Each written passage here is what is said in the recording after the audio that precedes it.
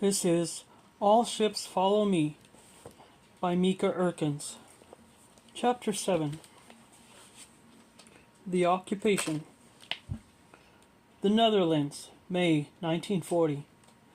My mother sits in her playpen chewing on a wooden teething ring while tanks roll past her home in Apeldoorn, shaking the floorboards, causing the chimes on her mobile to jingle.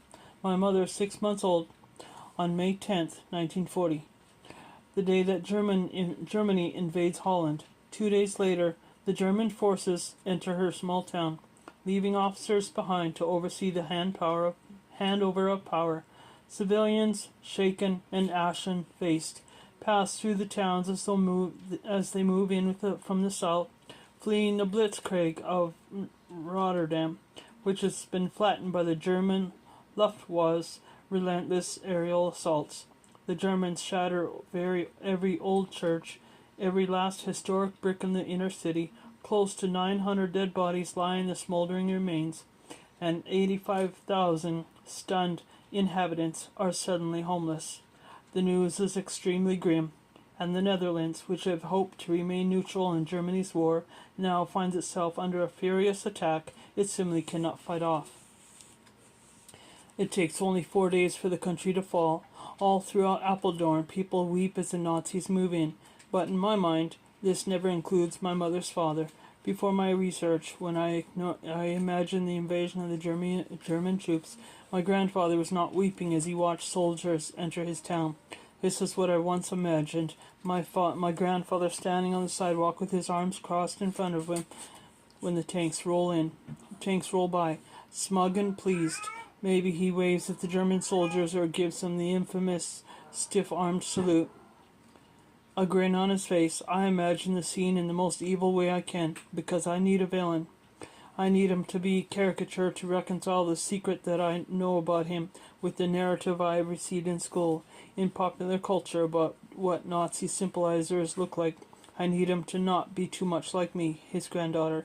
So I compartmentalize. It isn't until I read his letters that I realize he actually loathed the Nazis, that he felt his country was being invaded, and that my black and white image of the war is extremely simplistic. So where do I put him now when I try to reconstruct this event in history? On which side does he belong? What if he's somewhere in between? 4 days after the invasion, there's no more fighting. The Germans set up headquarters in every Dutch city hall, stringing up banners and hoisting the Nazi flag up the flagpole outside the royal palace in Apeldoorn. Young men in the Dutch resistance movement throw Molotov cocktails until they are subdued and arrested, but aside from a small civilian backlash, there's no military fighting for the first years of the war, something that surprises me when I learn this later in life. Throughout my teens and into my 20s, I imagined the war as years of continuous military fighting, Dutch and Allied soldiers against the Germans. Bullets flying, snipers on rooftops, ambushes of convoys for years on end. The truth, I learn, is much less dramatic, unlike my father's experience in the Dutch East Indies. After the catapultation in the Netherlands, life goes on as usual for the majority of the Dutch public, with the exception of German soldiers and officers hanging around their towns and cities, running everything that was previously run by the Dutch, and drinking beer in their pubs at night. The women will go to the shops. The men still go to their jobs. The trains run on schedule and the kids are in school. Some Dutch Jews, afraid of rumors they've heard, do leave during this period, but the majority stay. What there is instead of fighting in the streets is tension. There is hatred of the Nazis and seething resentment of NSB members who strike a deal with the Nazis in order to remain the sole party in operation under the German rule. It quickly becomes clear that the Nazis are calling all the shots. In his meetings with Hitler, Mussert attempts to be named the leader of a German allied yet independent nation, but this request is denied. Instead, Mussert is given an honorary title, leader of the Dutch people, a symbolic part on the head for his cooperation with occupiers, and sent to his headquarters to await orders from the Nazi leaders. The Nazis appoint new mayors, all from within the NSB party, and opportunists emerge from within the Dutch population. The NSB party swells in size, acquiring over 100,000 new members during this period. Many of these new members support the Nazis, but just as many believe that joining the party will protect them. Some join in order to profit. In June 1940, the Dutch royal family flees to London, fearing for their lives. Musser uses this to strengthen the NSB's position, taking advantage of people's feelings that they've been abandoned by their queen, whose privilege has allowed her to flee while they remain in the motherland, though most certainly the royal family would have been murdered by the Nazis if they had remained. In fact, rather than abandoning her people, Queen Wilhelmina broadcasts a weekly radio address to the country from her refuge in London, insisting that she is still very much with them. In response to this, the Nazis accuse her of provoking people to stage nationwide strikes and rebel, and so they make the owning of a radio illegal. In the Dutch archives, an anonymous poem, "Goodbye to My Radio," appears in an article of the seizure of radios. "My radio, my dearest friend, we soon will have to part, as that German thief has stolen you to chastise you, your owner. To chastise me, your owner, for I pin my only hopes on the messages from Britannia." While the rest of the country has to turn in their radios, NSBers are allowed to keep theirs, and in fact are offered the very radios that have been confiscated from their neighbors. They are passed out to NSB members, but my grandfather refuses his, saying he doesn't need a radio. He does help his brother-in-law Jan, the husband of my grandmother's sister Kit, with fixing and hiding an illegal radio. Jan is both a police officer and an active member in the resistance, so my grandfather knows that helping him with radio is highly illegal. But according to his and Jan's written statements, my grandfather doesn't believe that some people should have things that others don't, and he's critical of the Germans and their radio double standard, so he flouts the rules to help Jan in the resistance. This is the kind of mixed information that muddles my perception of my grandfather's activity in the NSB. I bump up against this conflicting behaviors continuously, causing my feelings about my grandfather to sway wildly from one end of the spectrum to the other. When he and my grandmother go to visit her sister, he and Jan had heated arguments about politics while they work on the radio and drink Jennifer in the shed. The more they drink, the more the disagreement escalates. Jan scolds my grandfather and calls the Nazis animals, asks him how he can support a party that supports the Nazis. My grandfather yells back that he doesn't support the Nazis, he supports the NSB. Jan says it's the same thing. Meanwhile, even as he argues in defense of his membership in the NSB, my grandfather helps Jan with his illegal activities for the resistance, and he knows that Jan uses a typing course held in his living room to pass secret messages to other members of the movement. In the first few months of the occupation, the Nazis don't take any overt action against the Jewish population of the Netherlands, which numbers at that point around 140,000 people, mostly concentrated in Amsterdam. Perhaps this lulls people into a false sense of security. According to several historical accounts, the Dutch public is naive in the beginning, believing the Nazis won't actually do anything to their Jewish citizens who are well integrated into Dutch society.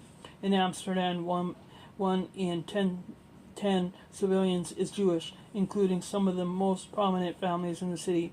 In fact, to this day, the Dutch nickname for Amsterdam is Mokum, the Yiddish word for safe haven. Prior to World War II, the quarter near the Newer Market is a bustling area of Jewish businesses where many non-Jewishes also shop. However, in November 1940, Jews are suddenly removed by the Nazis from public positions, in particular those in the education sector such as university faculty. All the other faculty members at universities receive a letter which they are instructed to sign.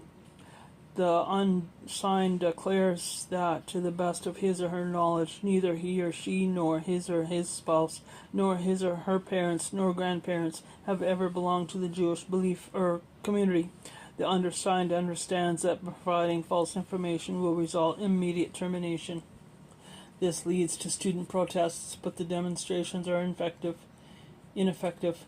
faculty members who protest the firing of their colleagues and refuse to sign the declaration are immediately arrested by the Nazis and sent to prison, where they remain until the end of the war. The Dutch population, while agitated, either still don't fully understand the danger their Jewish neighbors are in, or are complacent and complicit, or a combination of both.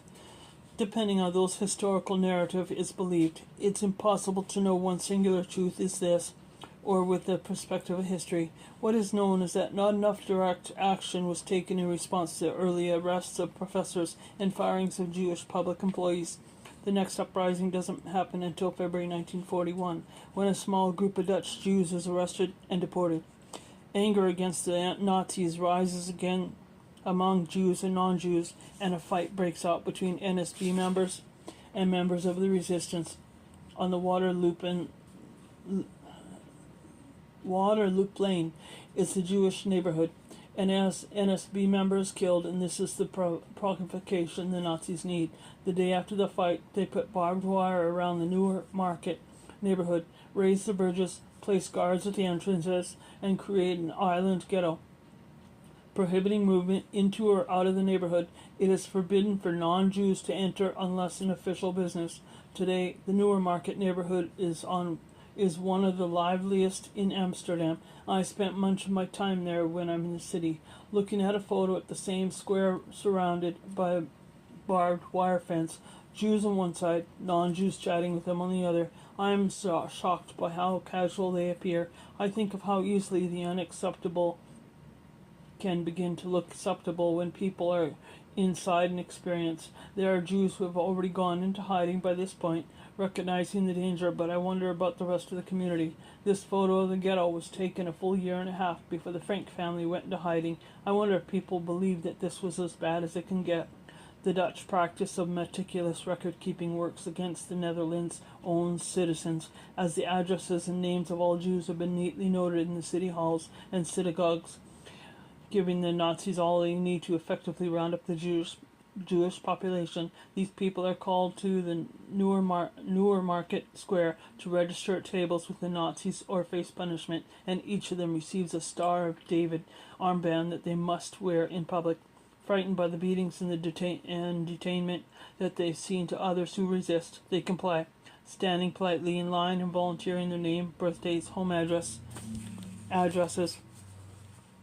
Many sealing their fates. They have no idea what awaits them in the camps or the capacity for depravity in human beings. This Dutch efficiency and tendency toward bureaucracy is one of the main factors in the Netherlands, having the highest percentage of its Jewish population killed among all Nazi-occupied countries in Western Europe.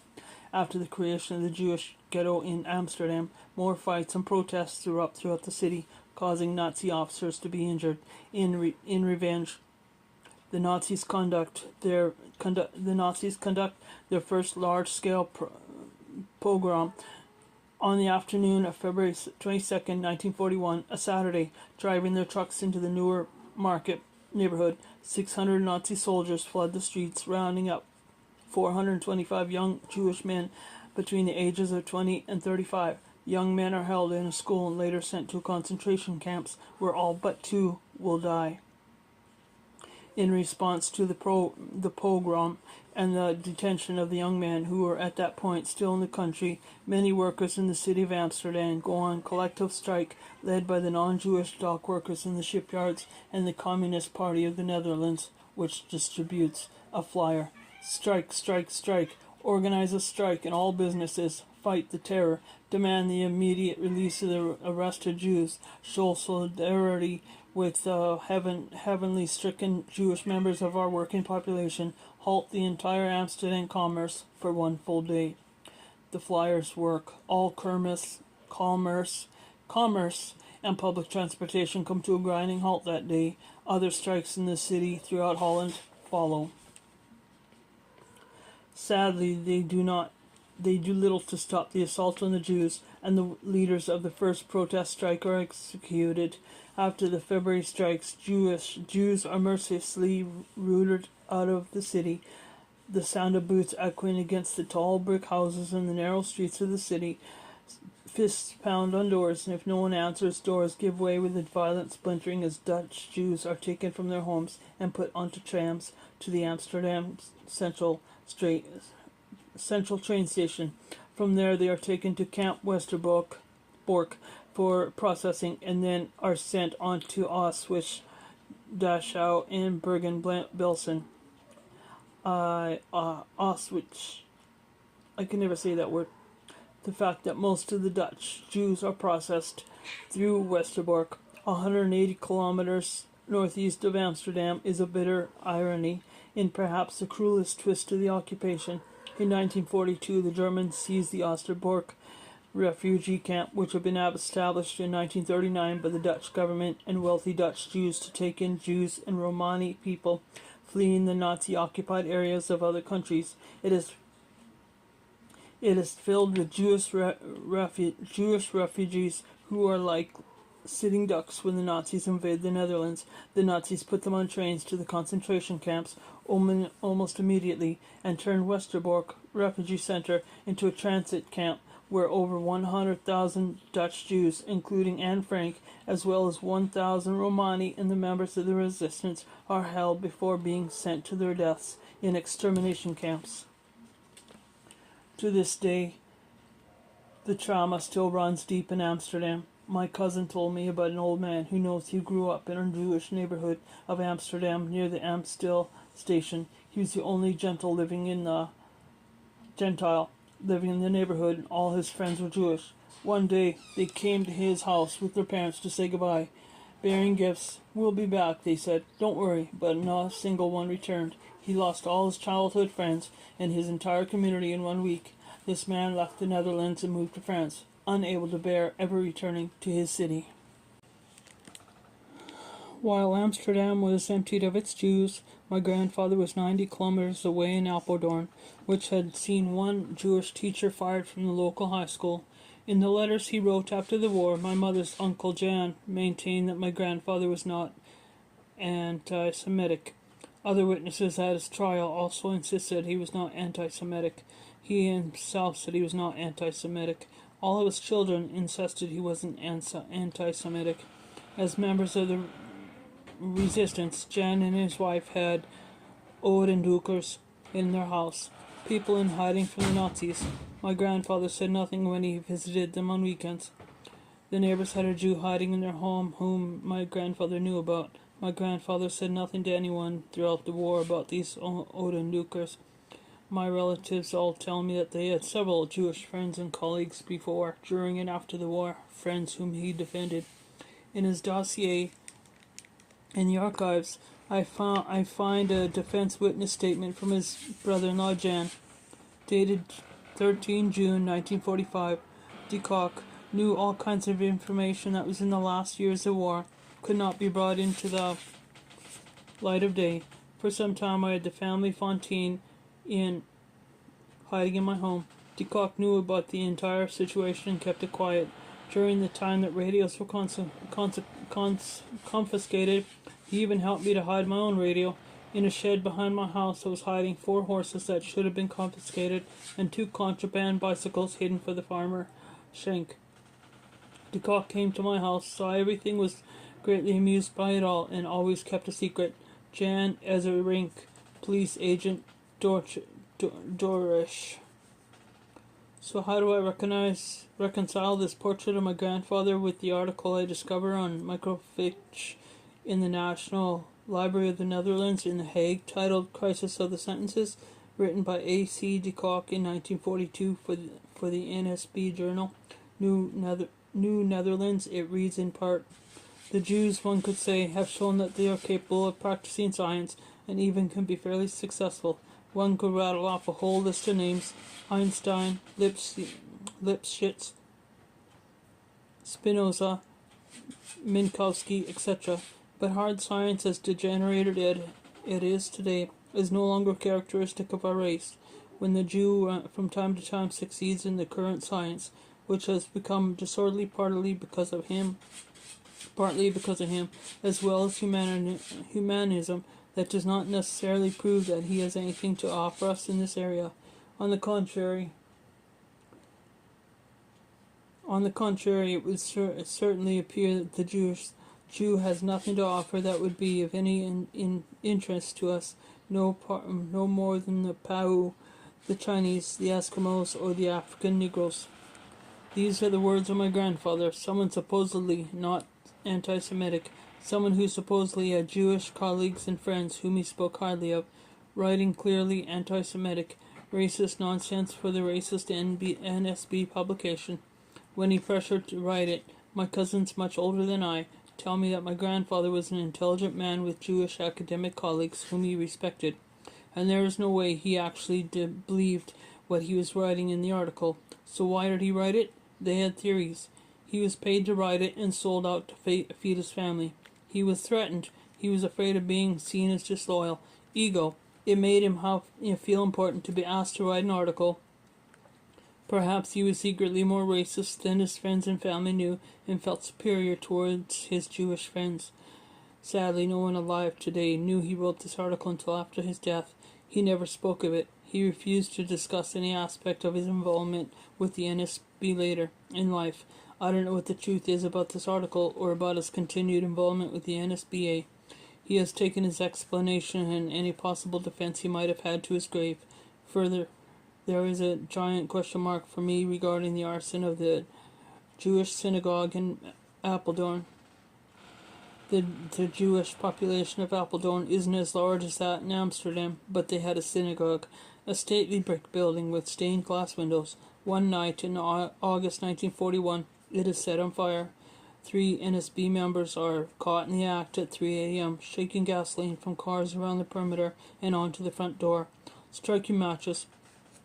Their names aren't printed in the newspapers, but as an NSB member, my grandfather must have known something via the local rumor mill, even if he wasn't directly involved. The synagogue is only a 10-minute bike ride from his home.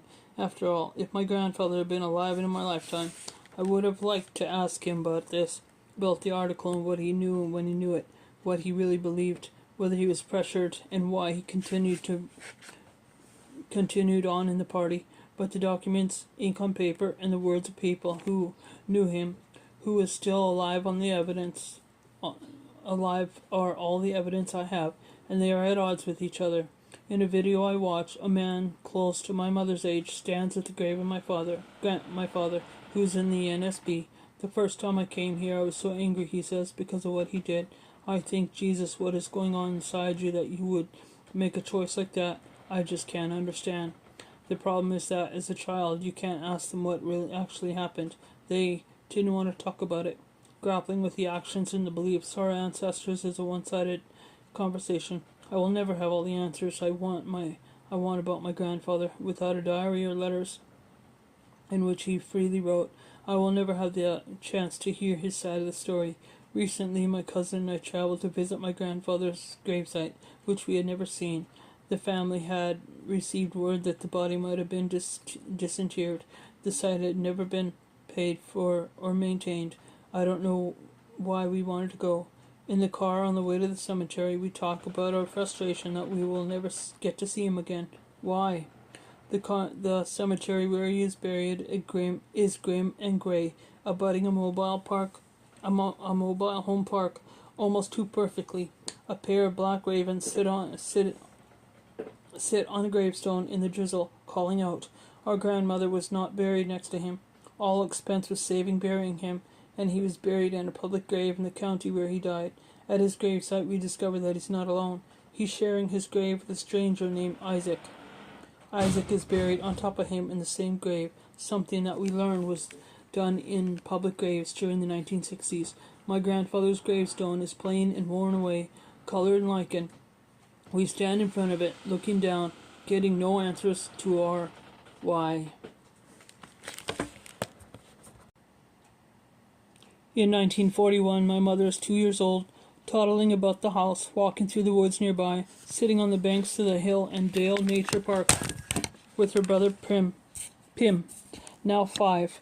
When school lets out, her face lights up as she sees her brother Bert, now 8, and sister Hanny, now 9, come in through the back door into the mudroom and set their book bags on the ground. Across town, 13 Jews are removed from their homes in Apeldoorn Apeldoorn and sent to concentration camps. My grandfather, like all Apeldoorn community members, will be told of their deportation, though he doesn't know what their ultimate fate will be in the detention camps. At the end of 1942, my mother is 3 and scooting around on her tricycle. Pim is practicing writing his letters. P-I-M. Meanwhile, all Jewish bank accounts are frozen, and in Apeldoorn, another 200 Jews are removed from their homes during Nazi razzias. Their doors kicked in, and men, women, children are dragged out into the waiting trucks. In early 1943, my mother is 4. My grandfather is still working at the auto mechanics school, cycling there and back every day. His Jewish students and colleagues are missing, and for most of the remaining faculty and student body, maybe it's easy to forget that they were ever there. He comes home, grabs the newspaper off the stoop, and pours himself a cup of tea. Across town, 1,300 people at Jewish mental hospital in Apeldoorn who had been allowed to stay up to that point are led out of the facility, loaded into trucks, and deported to concentration camps, therefore be emptying the city of all its Jewish citizens, with the exception of the Oudendukers in hiding. By all accounts, both by witnesses in their post-war trial and by people who knew him, my grandfather condemned these acts to those who challenged him on the NSB membership. He agreed in their political debates at the time that Nazis had gone too far, and that the NSB should never have allied themselves with the Nazi Party to begin with.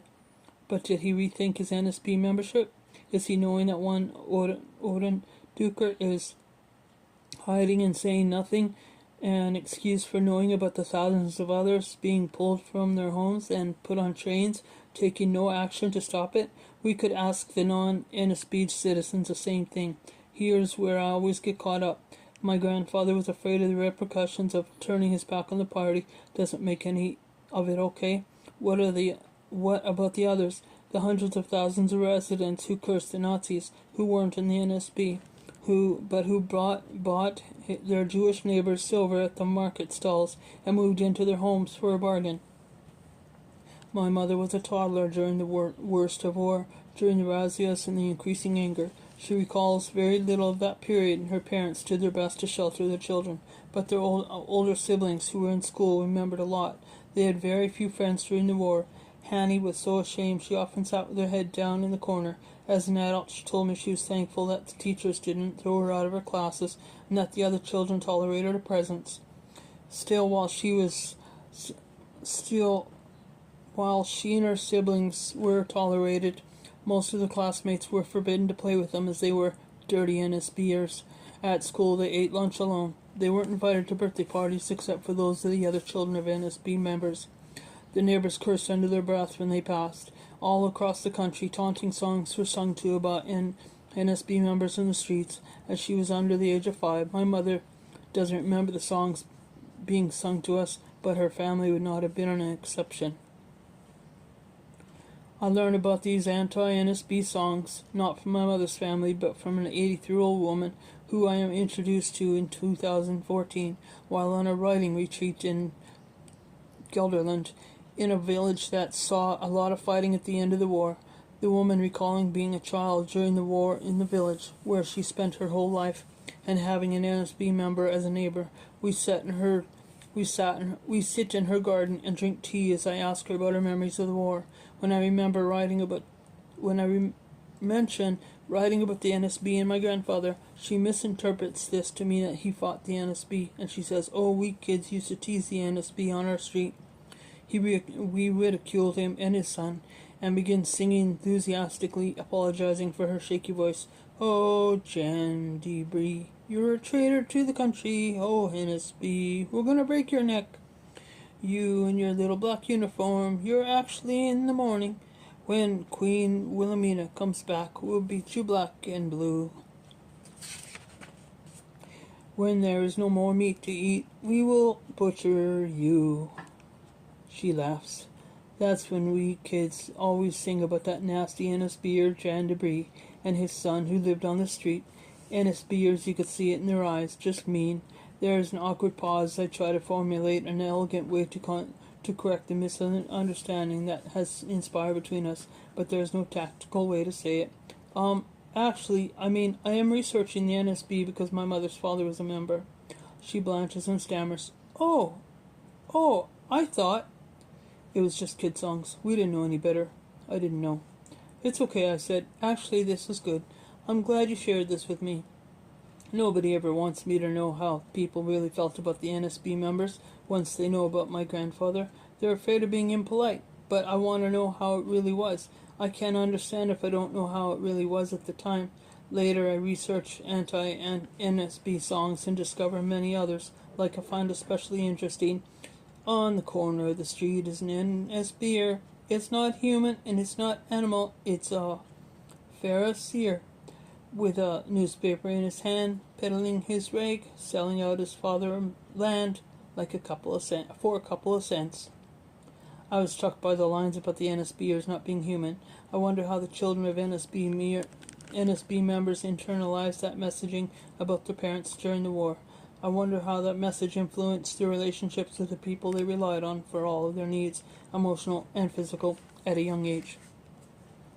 The Dutch, filled with rage and grief as they watched their neighbors being arrested and taken away, had little recourse left beyond verbal protest.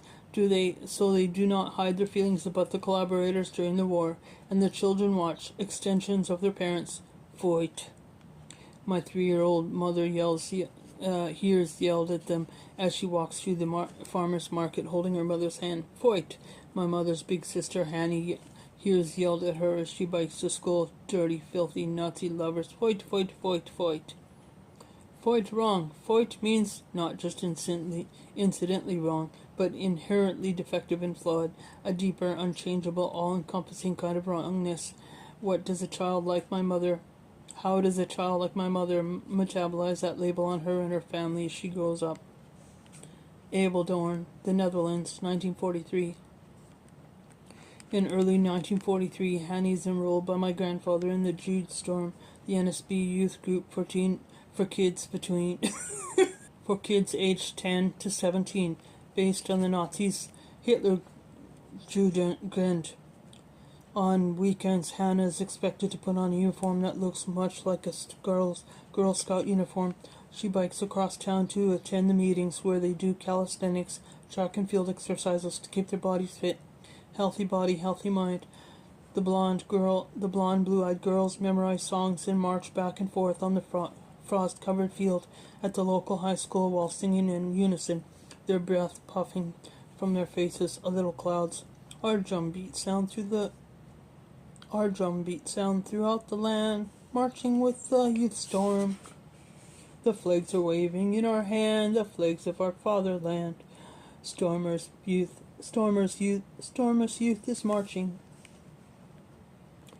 Hanny, now 11 years old, shuffles along information in the cold gray afternoons. She's thoroughly embarrassed and doesn't feel moved by the flag of the fatherland, or these women standing in front of her shouting with their megaphones in their woolen skirts, ties, and silly hats. She's a sweet, sensitive girl who likes everyone. She doesn't understand why she's supposed to mistrust Jews or feel proud to be a Germanic girl. To the contrary, her face flushes with shame when her son and his NSB classmates bike by the field, and she tries not to catch their eyes. She would much rather be reading a book, walking in the woods, or even doing her homework. When it rains, the youth storm leaders force the children to sit inside and watch Hitler's speeches projected upon a white screen, or they force the kids to write stories about being proud Dutch children for the Judestorm newspaper, the Storm Seagull.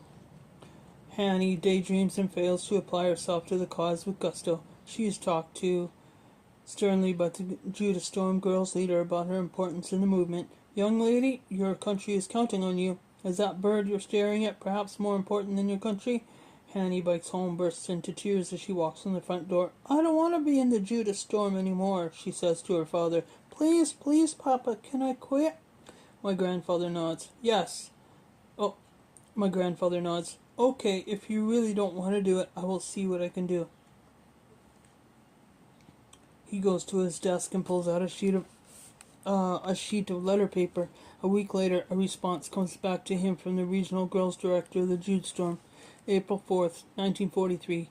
Comrade, in regard to your letter April 2nd, the following, you write that when your daughter is required to go to the youth storm, she has no free time left over due to her all her studies, and this seems to you to be unhealthy for a child of 11 years old. Would it then not be a better solution to not have a child of 11 years old study so much? The youth storm is not stressful, but in fact anti-stress and is moral obligation. Mr. Decock, I would have expected more understanding from you as a National Socialist about the forthcoming new times, and some sense of duty to your other comrades, whose own children are committed for the 100% to realize their ideals and are willing to sacrifice insignificant personal pastimes. This is not a game anymore, but deadly serious. It is sink or swim now, and children cannot learn this early enough, comrade. I therefore see no good reason to excuse Hanny. However, you can consider her expelled from the youth storm as of the 1st of grass month. I would have liked to have seen her contribute something to this point. She is 7 weeks behind, something which you should not have allowed to happen. If Hanny had been told at home what her duty was as a youth stormer, this would not have happened. Her uniform pieces are owned by the youth storm and remain our property with her departure. Please have her drop them off as soon as possible. They are a blouse, cap, tie clip, and badge. Stay the course. The Regional Girls Youth Storm Director, C. Whittekind. Some NSBers profit financially from their membership in the party, being appointed to important positions and getting salary increases, but my grandfather, sticking to his social ideals, rejects such opportunities.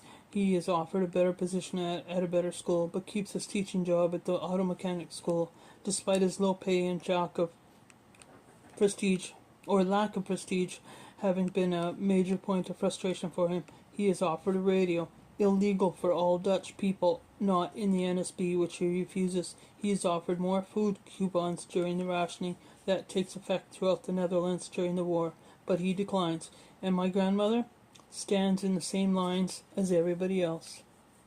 Throughout the Netherlands, Jewish homes are looted during the war after the residents are sent to the camps. Priceless artwork, furniture, clocks, silverware, everything is stolen, leaving the buildings abandoned and bare. Later, the homes will be bought for pennies on the guilder by non-NSB Dutch investors. My grandparents never received any property from Jewish homes, even though both NSB and non-NSB Dutch participated in this practice. While this fact doesn't absolve my grandfather of his sins, it begs the question how clear the divisions are between the righteous and the collaborators they condemn. When my uncle and I walk through the former Jewish neighborhood in Arnhem, it occurs to me that these homes sat empty after their inhabitants were deported and murdered.